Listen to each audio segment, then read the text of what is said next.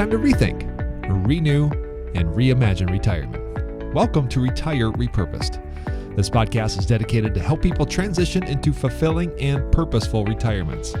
Retirement is a big life change. In fact, the two most dangerous years of a person's life are the year they were born and the year they retire. We believe that retirement is not the end, rather the beginning of what could be the most impactful season of a person's life. So don't retire, become repurposed. Well, I'm your host, Jared Sebest. I'm the co-founder of Retire Repurposed alongside Ben Tejas. Thank you so much for joining us today. Maybe you're listening to us on the radio. Maybe you found us online. Regardless, head over to iTunes, find our podcast, subscribe, and better yet, leave us a quick positive rating and review. If you would just take a moment and do that, we would appreciate that so much. Now, this podcast is all about retirement, but it's not about money. It's about the non-financial parts of retirement, which many times can be even more challenging than the financial.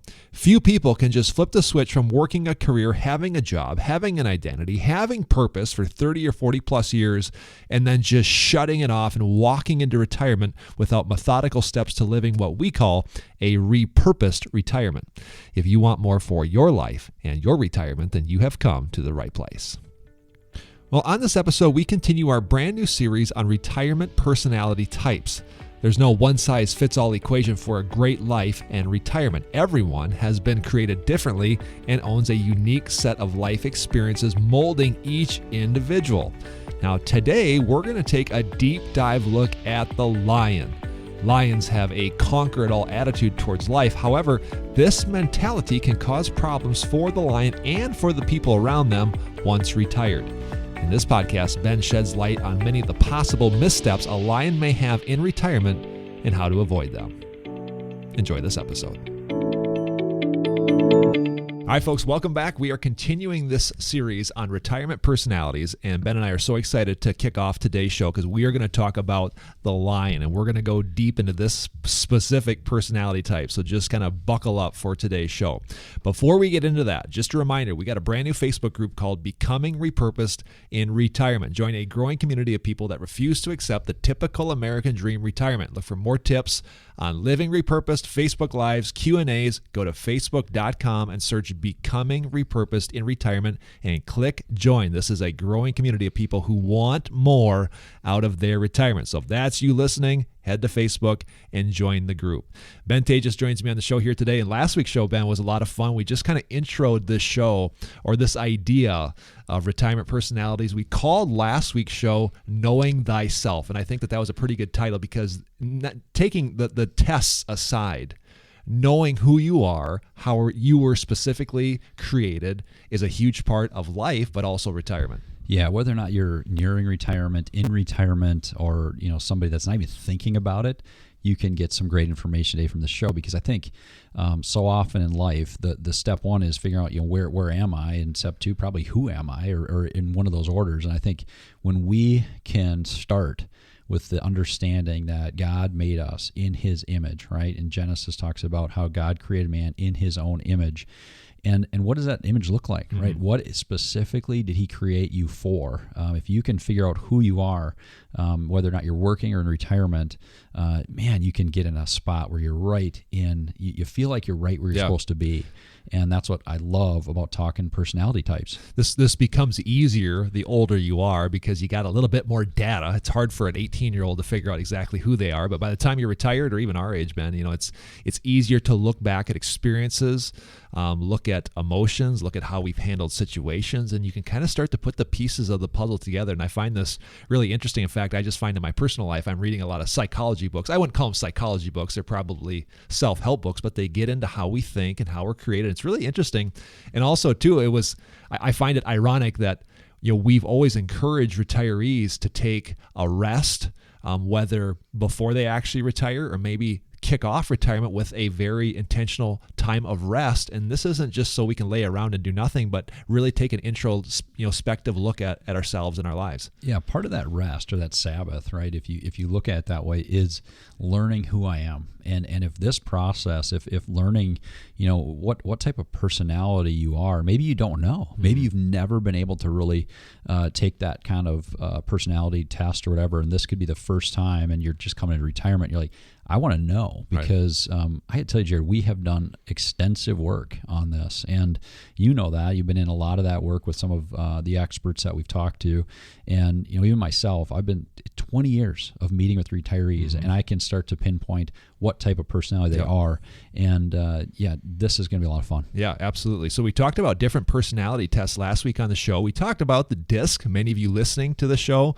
have probably heard of that, perhaps have taken that test. That's a real popular one. We mentioned the Enneagram. That's a big one. That book came out several years ago. Ben, you and I have both read that book. I don't remember specifically what number I am, but I do remember thinking, boy, they really kind of are onto something here. That was more or less you give yourself a number, and then when you're under stress or under adversity, you tend to kind of default to a different number.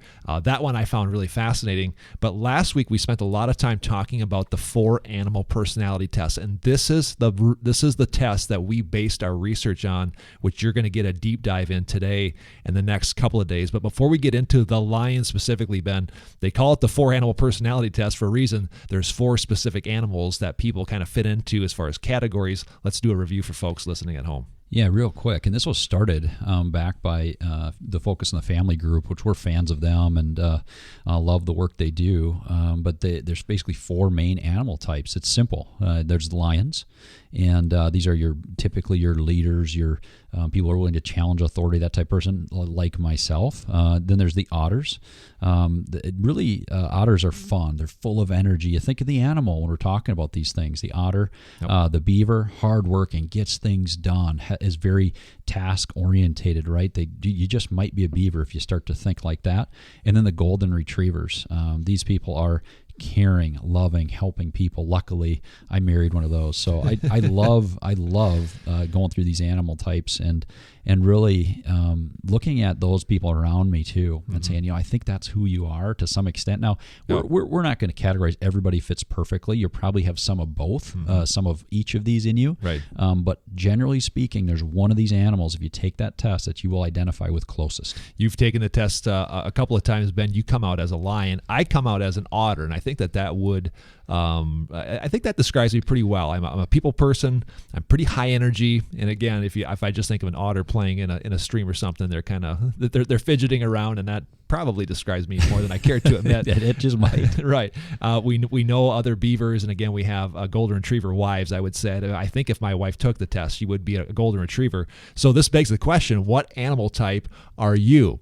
And it just so happens that I've got links on our Facebook page, the Becoming Repurposed in Retirement Facebook page. Again, another shout out for that. Go and join that group. But last week I posted links. There's 2 different ways that you can take that test. You can either work through a downloadable worksheet, or there's a link to take it online for free. Both are for free. No name or email, no spam, nothing like that. But it's a simple test. It only takes a couple of minutes. So as you listen to these shows, just maybe hit pause on the podcast and go take that test. Don't do it if you're driving right now, but make sure that you take that test, because a lot of the information that we're going to give you is really going to come into play here and make more sense if you happen to know which personality type you are.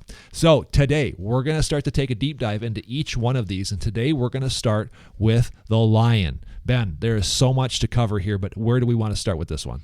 Well, I think we talked about, the Enneagram, kind of how naturally people are one way, but they have that wing, right, with another part of their personality. I like to start with the strengths, right? It's more fun. Let's talk about the strengths of a lion, right? And generally, like we've been talking about, they're more of the leader personality. So think of a leader in a jungle, right? Or a lion in a jungle, more of that leader. Typically bosses, they can be, and I don't mean that as a bad way. I think sometimes, people categorize a person as bossy, Right. Not that necessarily, but just in charge and a leader type position. Their natural strengths, let's cover a few of those. Definitely goal orientated. That's a big one as we get into it, how this relates to retirees. Goal orientated is a big one. They get results. They've typically been risk takers. Again, they take charge, take the initiative, self-starters, very persistent, competitive, and enjoy a challenge, right? That's all general things that when I think of the sub-personality type lion, those are things that come to mind as their strengths. Yeah, as far as a weakness goes, they can almost maybe take that to a fault. And I don't think that they probably do this on purpose, but they can be, I would say, maybe a little too blunt, maybe a little too harsh with words. I don't do it on purpose, Jared. I promise. In our defense, and even though I don't think I'm a lion, Ben, but I think that and I've been accused of this with my kids, and not accused. I'm certainly right in some occasions, but sometimes when I say, like, I want the trash taken out, I just want the trash taken out. I don't want to sit here and talk about our feelings. I don't want to sit here and have a summit and a conference over how you feel about that particular piece of information I'm getting you. I just want it done, and I want it done now. And as a result, sometimes that can be maybe a little hurtful. Yeah, Jared, I think that's one of my shortcomings too, is sometimes we can be insensitive to the feelings of others. Yeah. In fact, it's almost like this run over feeling, like I just run over people to get things done. And a big thing for me, and something I do have to be careful of, is viewing the project more important than the person. Yeah. I deal with this all the time because I'm like, I got to get this done and that done and that done. And I prioritize that over the people. Yeah. And that can be a great thing in business, but not a great thing for your family. And that's something I've struggled with. I remember when we were doing some of this research, some of the experts we were working with, he mentioned specifically they can be task over people. And I remember writing that down and circling that. And again, even though I'm not a true lion, my personality type will kind of lean there, where, again, sometimes I just want to get it done, and getting it done is it's more important than the feelings of that person. So that can come into play as well. All right, so we covered some natural strengths and weaknesses of a lion. Let's talk about their mindset. Yeah, I think, again, their work is never really done. And I think that's, again, I feel like I'm talking to myself here, but being able to realize that the work that I'm doing, it never feels like it's completed. Yeah. I think there's always projects, and there's always something around the corner. There's always something to solve. Like I'm not the best listener, right? When there's things going on around me, I'm like, I want to move right to the solution. Right. And I think lions tend to do that, and more define like success based on problem solved. Yeah, that's really interesting. You could almost accuse a lion of being discontent a little bit, because it's always kind of the next thing, but that's kind of in their DNA to attack projects one after the other. Yeah, and I think about how I relate to and how a lion would relate to the other animals, right? Lions tend to, like, if I look at an otter, I'm going to help an otter, so that's you, right? Mm-hmm. Achieve their dreams and reach their dreams. I want to be part of that.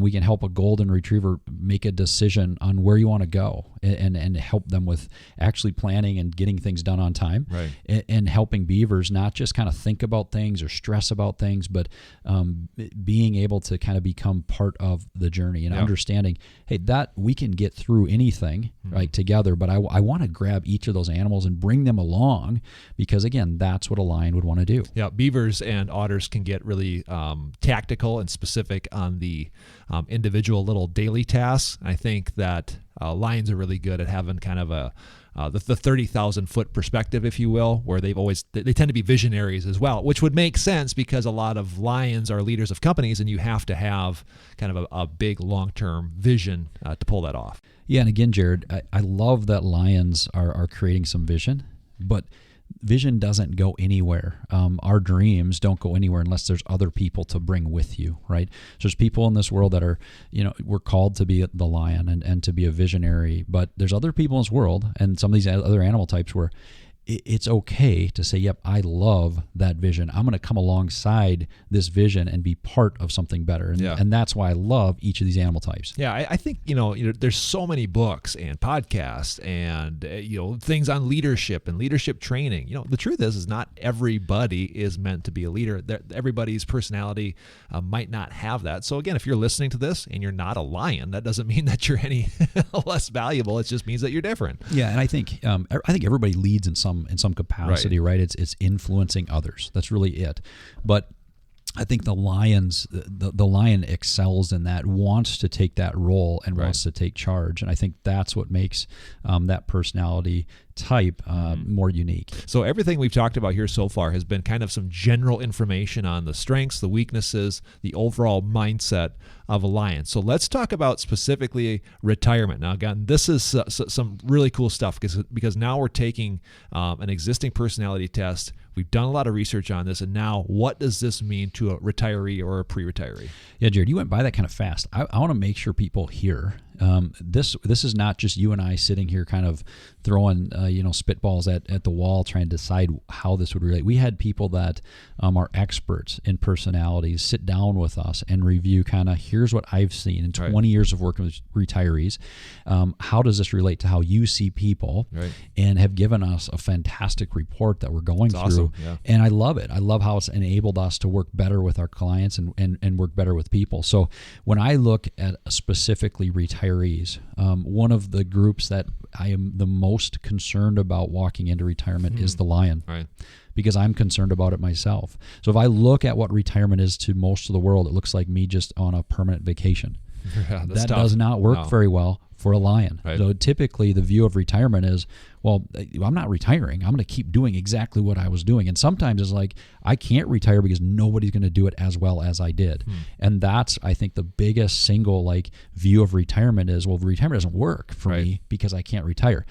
The truth is, retirement in the way the world sees it probably won't work, but repurposing yourself and using your skills and abilities to do something uniquely different than your normal job for 30, 40 years, that works really well. I would even say a lot of the people that have really gravitated to this message, latched on, responded to it in a really positive way. Not all, but many of them have been these high achiever, rock 'em, sock 'em, go get 'em type of people. And then if they took a personality test, chances are they're probably lions. Yeah, I've worked with some incredibly successful people in regards to this.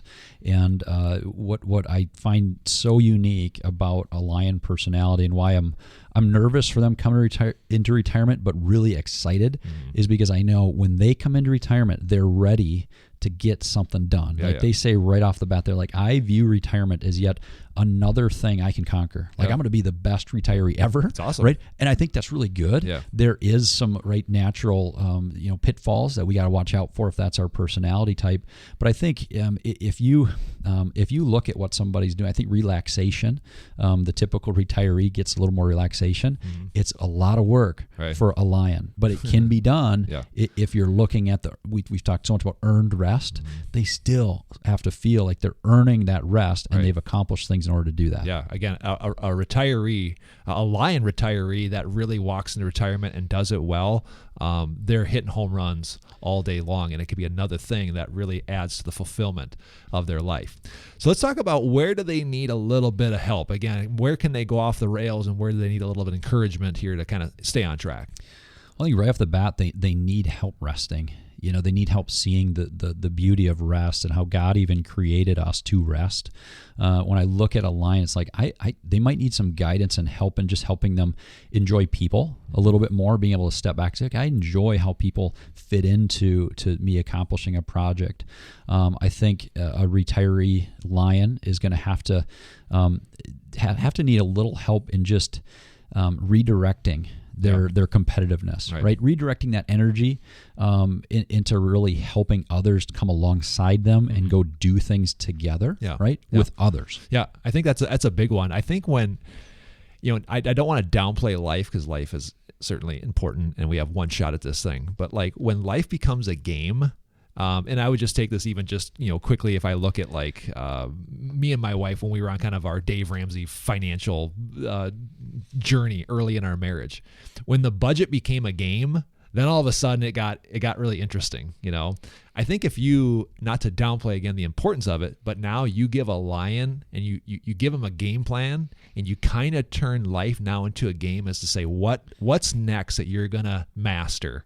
Then all of a sudden it turns into this competitive game, because that's kind of tapping into the DNA by which that they were created. And I think that that's an important piece, and they need that guidance, because if they're going to follow the world's ways on retirement, boy, they're going to be bored to tears right away. Yeah, they're going to need the guidance to say, yes, you're correct. You've always had a daily plan. It's more important now than ever, especially for you as a lion, because if you don't, you're going to see yourself really finding yourself feeling lost, right? And I think that's key. So many areas of guidance, I think those are some of the key ones. Yeah. So as we coach people, lions specifically, through retirement or into retirement, this is going to be kind of the nature of the conversations that are going to happen. Let's talk more tactical when it comes to struggles. Maybe what are some daily or more tactical things that they may struggle with?